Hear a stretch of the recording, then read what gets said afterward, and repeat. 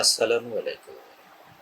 আজ ১২ জুন ২০২৪ খ্রিস্টাব্দ, ২৯ জ্যৈষ্ঠ ১৪৩১ বঙ্গাব্দ, ৪ জিলহজ ১৪৪৫ হিজরি, বুধবার।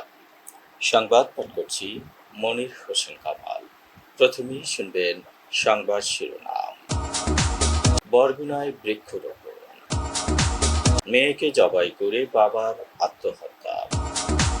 বিয়ের দাওয়াত না দেয় নারীকে পিটিয়ে হত্যা। মোবাইল ফোন না পেয়ে স্কুল ছাত্রীর আত্মহত্যা। আলিপুরে সাবেক বন কর্মকর্তার মরদেহ উদ্ধার। পরকীয়া প্রেমিকের সঙ্গে মা পালিয়ে যাওয়ায় মেয়ের আত্মহত্যা। স্ত্রীকে হত্যা করে থানায় হাজির স্বামী। মাইকিংয়ে রেকর্ড করা হয় লোকবেতারে। শুনলেন সংবাদ শিরোনাম, এবার বিস্তারিত। বিশ্ব পরিবেশ দিবস পালনের অংশ হিসেবে বরগুনায় করা হয়েছে র্যালি, বৃক্ষরোপণ ও আলোচনা সভা।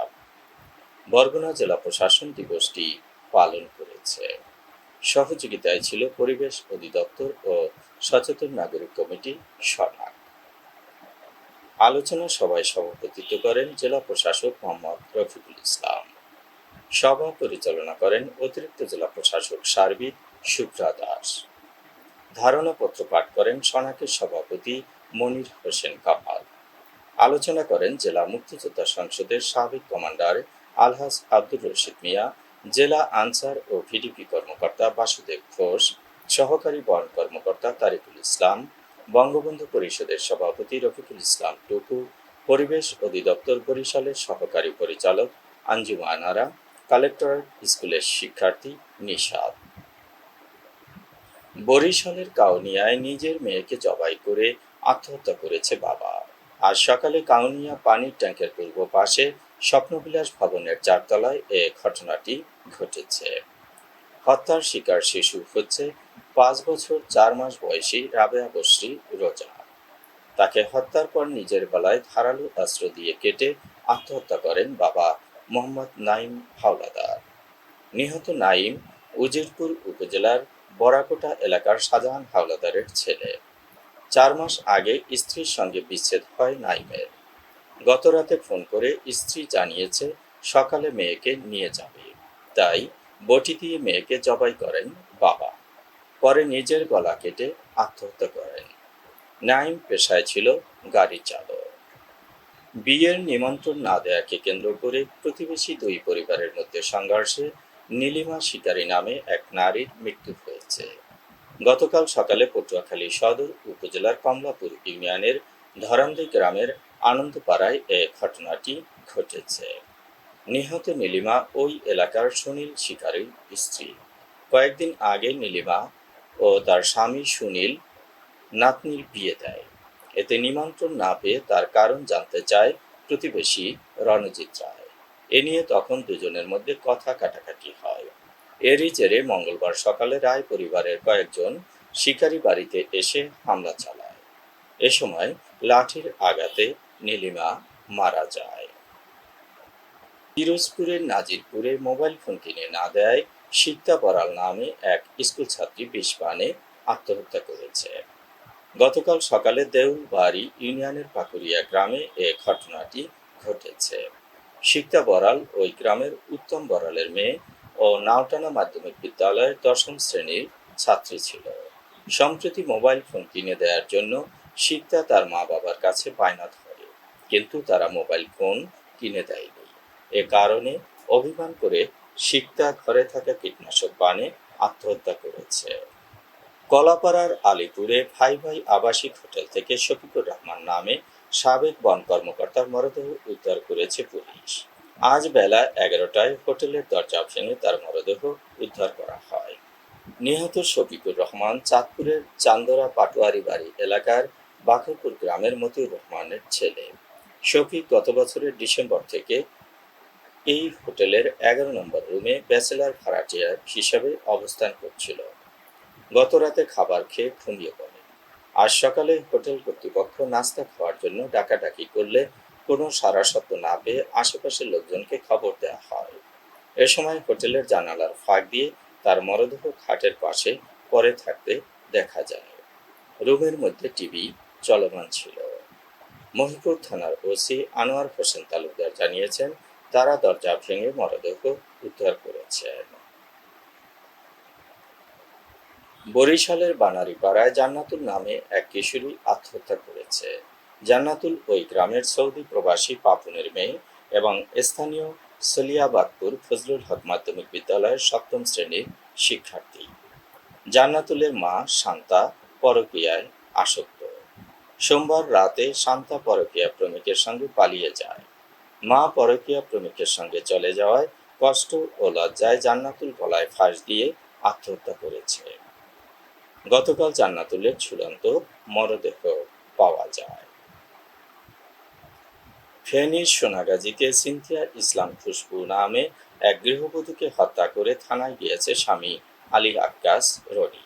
বুধবার সকালের দিকে পৌরসভার পূর্ব চরগণের শেখপাড়া এলাকার আলমগীর হুজুরের বাড়িতে এ ঘটনাটি ঘটেছে। তারা দুজনই ভোলা জেলার বাসিন্দা। 2 বছর আগে সিনথিয়া ইসলাম খুশবুকে বিয়ে করেন রনি। রনি সোনাগাজীতে ফুটপাতে জুতার ব্যবসা করতেন। সেই সুবাদে পৌরসভার 9 নম্বর ওয়ার্ডের একটি বাসায় ভাড়া থাকত তারা। বিয়ের পর থেকে তাদের মধ্যে বিভিন্ন বিষয় নিয়ে কলহ চলছিল। মঙ্গলবার রাতেও বাজার আনা নিয়ে কথা কাটাকাটি হয়। এর জের ধরে ভোর 5টার দিকে খুশবুকে বটি দিয়ে কুপিয়ে হত্যা করা হয়। সকাল 7:30টার দিকে থানায় গিয়ে পুলিশের কাছে রনি নিজেই হত্যাকাণ্ডের বর্ণনা দিয়েছে। মাইকিংয়ে রেকর্ড করা হয় লোকবেতারে। সুমধুর ও সুস্পষ্ট কণ্ঠে মাইকিংয়ের জন্য লোকবেতারের বিকল্প নেই। লোকবেতারের সাউন্ডপ্রুফ স্টুডিওতে করা হচ্ছে গান ও নাটকের রেকর্ড। সেই সাথে লোকবেতারে নামমাত্র টাকায় প্রচার করা হচ্ছে বিজ্ঞাপন। 15 সেকেন্ডের বিজ্ঞাপন প্রচারিত হচ্ছে মাত্র 500 টাকায়।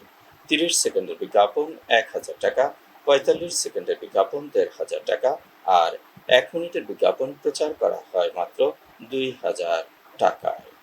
নির্ধারিত টাকার বিনিময়ে প্রতিদিন কমপক্ষে 5 বার করে পুরো 1 মাস বিজ্ঞাপন প্রচার করা হবে।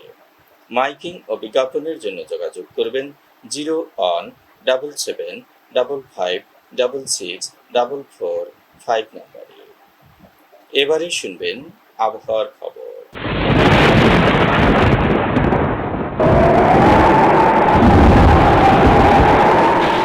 মৌসুমী বায়ু বাংলাদেশের উপর মোটামুটি সক্রিয় এবং উত্তর বঙ্গোপসাগরের অন্যত্র মাঝারি অবস্থায় রয়েছে। লঘুচাপের বর্ধিতাংশ উত্তর পশ্চিম বঙ্গোপসাগর পর্যন্ত বিস্তৃত রয়েছে। ময়মনসিংহ ও সিলেট বিভাগের অনেক জায়গায়, রংপুর, ঢাকা ও চট্টগ্রাম বিভাগের কিছু কিছু জায়গায়, রাজশাহী, খুলনা ও বরিশাল বিভাগের 2-1 জায়গায় অস্থায়ীভাবে দমকা ও ঝোড়ো হাওয়া সহ হালকা থেকে মাঝারি ধরনের বৃষ্টি হতে পারে। আজ দেশের সর্বোচ্চ তাপমাত্রা ছিল রাজশাহীতে 38.3 ডিগ্রি সেলসিয়াস এবং সর্বনিম্ন তাপমাত্রা ছিল চাঁপাইনবাবগঞ্জে 23.6 ডিগ্রি সেলসিয়াস। বরগুনার সর্বোচ্চ তাপমাত্রা 35.7 ডিগ্রি সেলসিয়াস, সর্বনিম্ন 28.1 ডিগ্রি সেলসিয়াস। আগামীকাল সূর্যোদয় হবে ভোর 5টা 10 মিনিটে। সংবাদ শেষ করার আগে শিরোনামগুলো আবার পড়ছি। বরগুনায় বৃক্ষরোপণ, মেয়েকে জবাই করে বাবার আত্মহত্যা, বিয়ের দাওয়াত না দেয় নারীকে পিটিয়ে হত্যা, মোবাইল ফোন না পেয়ে স্কুল ছাত্রীর আত্মহত্যা, আলিপুরে সাবেক বন কর্মকর্তার মরদেহ উদ্ধার, পরকীয়া প্রেমিকের সঙ্গে মা পালিয়ে যাওয়ায় মেয়ের আত্মহত্যা, স্ত্রীকে হত্যা করে থানায় হাজির স্বামী। মাইকিংয়ে রেকর্ড করা হয় লোকবেতারে। সংবাদ শেষ করার আগে জানিয়ে দিচ্ছি লোকবেতারের সংবাদ জানানোর মোবাইল নম্বর। আপনার এলাকার গুরুত্বপূর্ণ সংবাদ জানাতে ফোন করুন 0-17755664445 নম্বরে। আর লোকবেতারের সাথে যুক্ত হয়ে গান শুনতে চাইলে SMS করুন 01782973478 নম্বরে। মোবাইল করবেন 01959438545 নম্বরে। বিশ্বের সব জায়গা থেকেই শুনতে পারবেন লোকবেতার। লোকবেতার FM.org ওয়েবসাইটের মাধ্যমে শুনুন সরাসরি অনুষ্ঠান। সংবাদ পাঠ এখানেই শেষ করছি।